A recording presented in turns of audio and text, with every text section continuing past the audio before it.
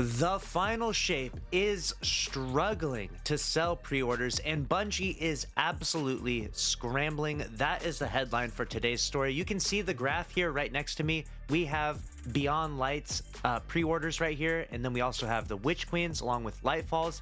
And yes, that tiny little chunk down there, that is where we're at with the final shape. Now, we were recently able to get all of this data due to looking at the API. We can see all of the different emblems in the game, the pre-order emblems that people get and when they equip them. And obviously, we're not quite to the final shape just yet, but it was at this time that the final shape was meant to arrive and meant to come out, was actually literally tomorrow. So the pre-orders should obviously be a lot higher than their current projections right now. They're at about 75%, potentially more than 75% less than where they should be. We're going to do a complete breakdown of this story because this is just absolutely wild. I cannot believe that we are this far off of our current projections right now. This is the article right here. Destiny 2, the final shape pre-orders appear to be less than a quarter of Lightfall's total figures. Wow. In the ever-evolving world of Destiny 2, pre-order figures have always been a critical indicator of player anticipation and overall interest in annual expansions, and as an avid Destiny 2 enthusiast, delving into the realm of pre-order data has unveiled intriguing insights into the upcoming expansion, the final shape. This is definitely true. I mean, every time a new expansion is about to come out, people are getting really excited, really hyped about it. This has been over and over and over again for many years now. I don't know which expansion I've been the most excited for. Perhaps it was Forsaken, perhaps it was King's Fall. I don't know. One of those two is easily the ones that I was most excited for. Comment down below which one you're most excited for. Although now that I think about it, Beyond Light, I was very, very looking forward to that. Next up, we have the final shape will be the last expansion in Destiny's 10-year long Light and Darkness saga. Now, to be clear, it's not the end of Destiny 2. It's just the end of the story, the narrative, the Light and Darkness saga. Keep that in mind. The expansion was initially planned to be released later this month on February 27th, which at the time of recording this video is literally tomorrow. However, due to Destiny 2's underperformance, lower than expected pre-order numbers for the final shape, and revenue projections running below 45% for the year, Bungie decided to delay the release until June 4th, 2024, and laid off 8% of its workforce in October 2023, as reported by Bloomberg and IGN. Now, to be clear, obviously when they miss their 45% revenue projections, they're going to lay off a bunch of people that they feel deserve to be laid off, and then potentially replace those people with people that deserve that position or maybe will do a better job. So obviously it's going to take some time to see how these new people in these new roles handle Destiny 2, and if they can get the ship sailing, if they can get things going in a positive direction. Now, obviously we have to deal with the reeling negativity that comes with this. We've got the missed 45% revenue mark, right? And on top of that, we now have a missed roughly 75% pre-order mark at the time right now. Now, obviously, these numbers will go up as we get closer to the final shape, so it's important to keep that in mind. But let's go ahead and continue with the article right now. Both the Witch Queen and Lightfall expansions were successful in terms of sales. The Witch Queen not only succeeded in sales, but also received praise for its story, activity, and the raid. The Witch Queen was excellent. I actually really liked that expansion. Obviously, Lightfall was very different, and it felt much more like a filler expansion. However, the same cannot be said for Lightfall. While Lightfall achieved sales success, it did not deliver the penultimate storytelling experience that most fans hoped for, which resulted in poor reception and from critics and fans. And on the other hand, the Witch Queen not only succeeded in sales, but also received praise for its story, activities, and the raid. Agreed on all of that. Obviously, Lightfall fell short in so many different ways. Next up, we've got data, resources, caveats, and methodology. The data used in this analysis is provided by the game post by Charlemagne, the Warmind of Discord. A third-party app obtains its data directly from Bungie's API for Destiny. How this works is that Charlemagne scans all unique Destiny profiles, which amounts to around 66 million, to track every account that has acquired the pre-order bonus emblems for the expansions. These emblems can only be acquired for player pre-orders and expansion.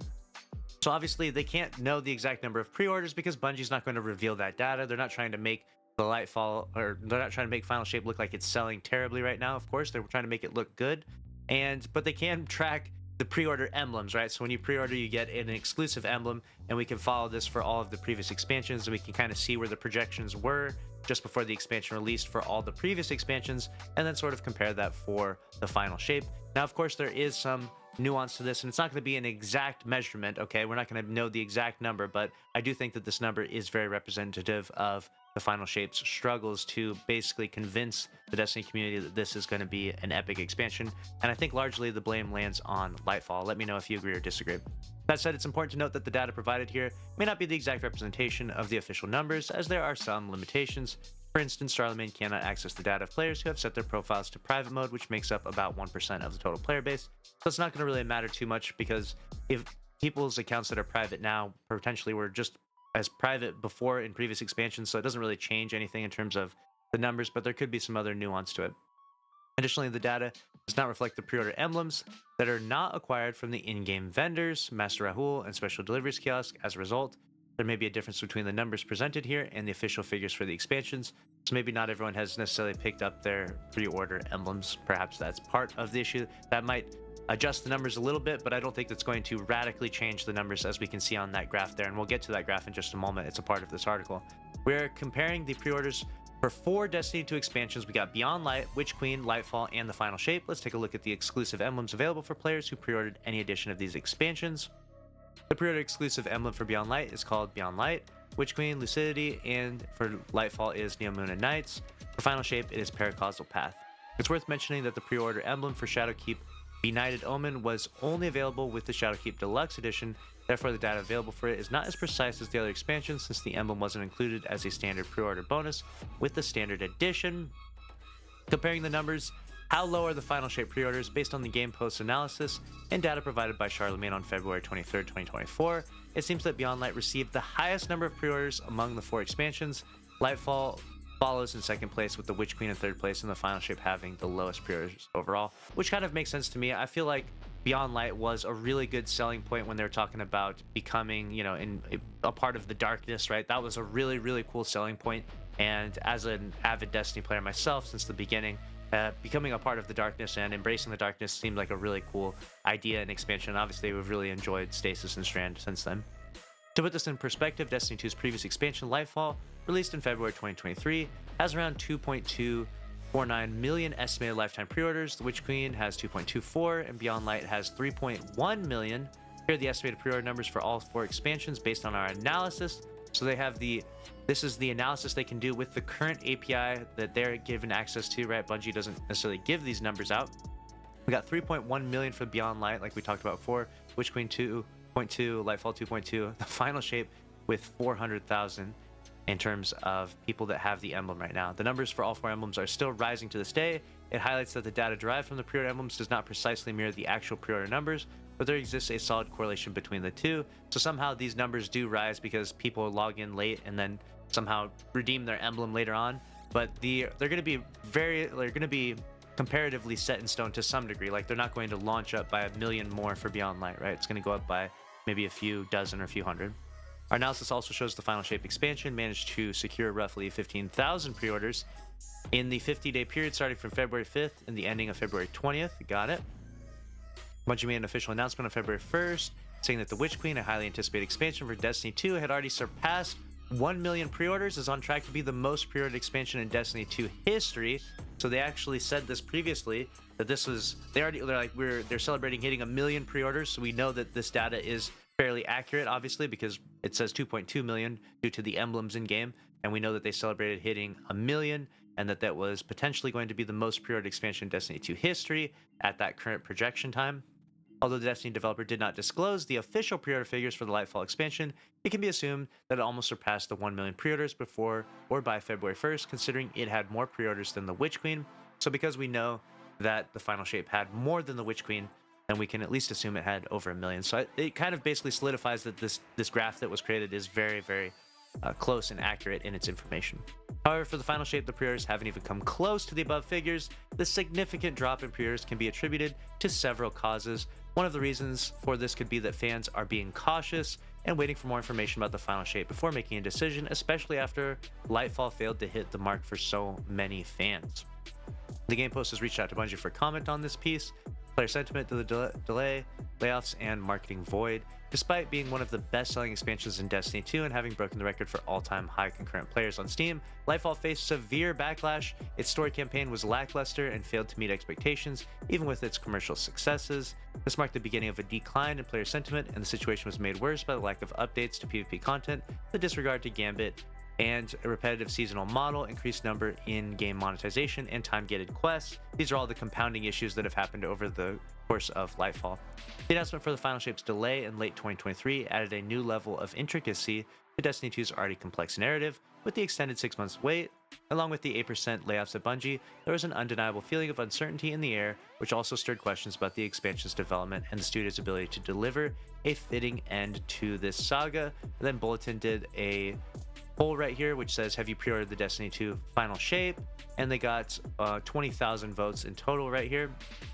26% saying yes, 22% saying no, but they will pre-order, so that'll be 48% roughly, about 50%. And then we have 20% waiting for more details, and 30% saying that they are not pre-ordering. Got it. So the Game Post Bulletin conducted a poll. Poll received over 20,000 votes. Very good stuff. And haven't pre-ordered, but plans to on in the future. There we go. While this poll only represents a fraction of the Destiny player base, obviously 20,000 people voting on Twitter, and people on Twitter are going to be a little bit more negative. Let's be honest. You know what I'm saying? If you give them an option for, is Bungie awesome? Yes, no, it's going to be like 98% no, right? So you're going to be a little bit more negativity on there, but it still does represent at least the community of people that interact with the news with them on Twitter. So I think they're somewhat representative of people's sentiment towards the Final Shape. In a report from IGM, it was revealed that the player sentiment surrounding Destiny 2 was at an all-time low, with employees begging for necessary changes to win players back. Bungie CEO Pete Parsons also told employees the layoffs were largely due to underperformance of Destiny 2 of the last year, as well as lower than expected pre-orders for the Final Shape expansion. Following the layoffs in late 2023, Bloomberg's Jason Schreier reported that Destiny 2 experienced a significant decrease in popularity among players. As per the report, the game's revenue projections for the year were below 45%. So that's kind of where we're at with Destiny 2's tumultuous time period right now, where we have very poor player retention. People just aren't especially playing the game. Obviously, this game has reached so many different players, and everyone kind of knows about this game or maybe has tried this game, but not a lot of people are playing it right now, and so we're seeing a big decline right now. It's worth noting that expansion sales aren't the sole revenue stream for Destiny 2. Season passes, which received a 20% increase in price in 2023, along with cosmetic bundles, dungeon keys, and in-game monetization and merchandise sales, also play major roles in contributing to the game's revenue projections. However, due to low player sentiment, popularity, and engagement retention, it seems that monetization spending in Eververse Store from Destiny 2 players took a massive hit in 2023, which is a really unfortunate thing, but it is a common business practice. I think it's a very poor business practice, but it's a business practice where when your business begins to decline and begins to fail, you basically take your existing customers and you charge them more money, right? This just happens all the time.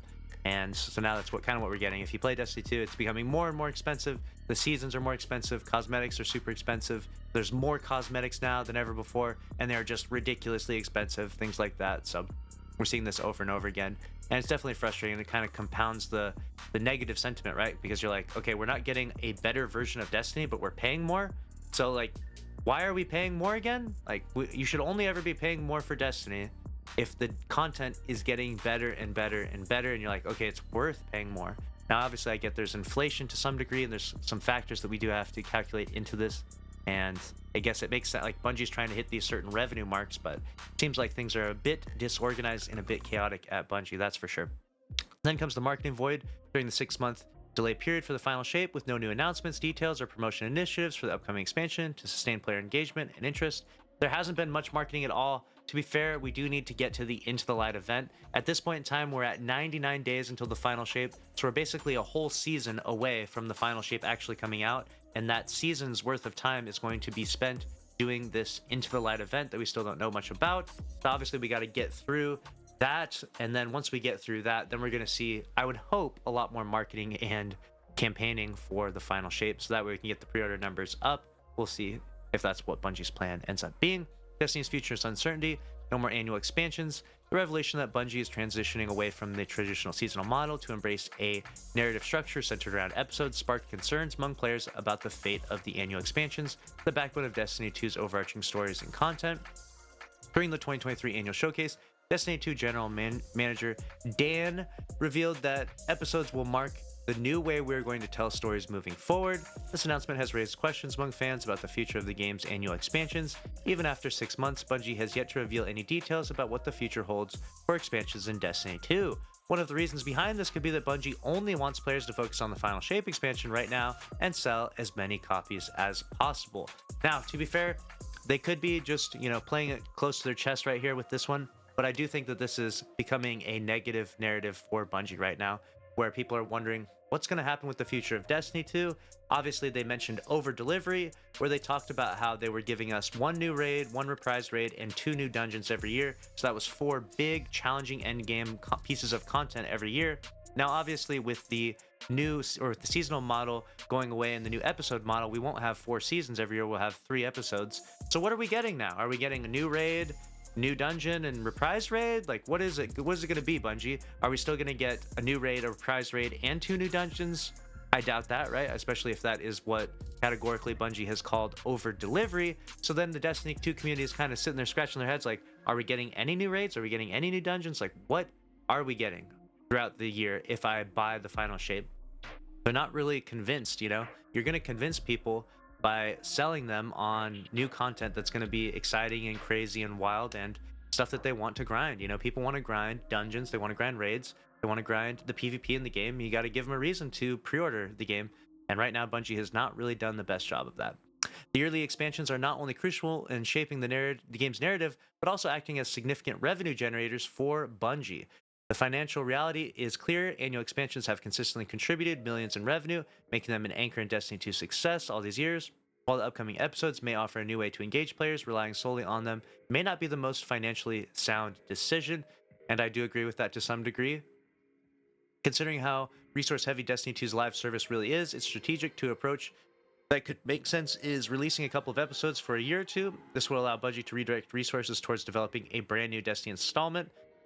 That could work, and I think that that's not a half bad idea. One thing that I have proposed many times before, and it's just a general good business principle, which is to have one game going, right? And so you'll have your Destiny 2 game that goes on in perpetuity. Maybe you change it, rebrand it, call it Destiny, whatever, change the name of it, but you just have Destiny going, right? And then you create your own competitor, right? Everyone's been talking about what is the Destiny killer, what game is going to come along and scratch that itch for Destiny players and be the actual Destiny killer. Well, if you're actually trying to have good business practice, I mean, it could be called a monopoly to some degree, but if you're trying to have really good business practice, you create your own competition, right? You already have in studio, Bungie, 1,000 plus employees that are very good at creating looter shooter first person action MMOs. So all you do is you create your own competition, you create the rival game to Destiny 2, the game that people play when they're bored of Destiny 2, and then you have your own competition right there. And basically, you never have to worry about the Destiny killer because you are the Destiny killer. You created the Destiny killer and you fund that. And if people play the Destiny killer, they're still funding Bungie. If people play Destiny 2 or Destiny, whatever you call it, Destiny 3, they're still funding Bungie. This is the evil genius strategy that Bungie should adopt. And I've been talking about this for a long time. I don't know if they're ever going to do it. I think that Marathon is probably a terrible idea from a business standpoint, but I digress because I've already ranted about this many times before in other videos. From the player's perspective, annual expansions are far more than just content drops. They help generate excitement and hype within the community. These annual showcase events are essential in building anticipation for future gaming content, which ultimately leads to increased sales and revenue, something crucial for Bungie right now, which is currently facing financial challenges. There we go, and then we got thoughts on the past, present, and future of Destiny 2. Destiny stands out as one of the enduring live service games, not just surviving for nearly a decade, but thriving to the extent that it transformed Bungie into a multi-IP entertainment company. Bungie now juggles at least 3 different IPs simultaneously, Marathon and Project Gummy Bears, alongside engaging in multimedia projects. Let's be honest here, though. I mean, we have Destiny. Bungie's been successful with Destiny right now, and then they're using the money and the funds, and they've raised money for these other projects. Like Marathon's not successful yet. It's just just a concept, right? I don't even know what the heck Project Gummy Bears is. So I think we covered that at one point in time. I've never actually played that or looked into it much. Maybe I'll have to. The success of Witch Queen expansion played a pivotal role in Lightfall's impressive pre-order numbers. The success of Lightfall's pre-order numbers can be attributed to various factors, with the Witch Queen playing a major role. Witch Queen expansion has laid the foundation for heightened anticipation, including the Witness intensifying the light versus darkness narrative. Now, to be fair, I do think that the Witness It does intensify the narrative to some degree, but I do also feel like this bad guy, this villain with his Disney-looking eyes needs some rework to some degree. I don't know. I feel like he needs to be maybe a little bit more diabolical or something. Let me know what you feel, how you feel about the Witness. Next up, we have the brand new subclass Strand, really acted as a major selling point. That is really true. Strand was a really good selling point, and when they talked about the final shape, they talked about new light subclasses like new supers, and they really just didn't seem all that interesting, you know?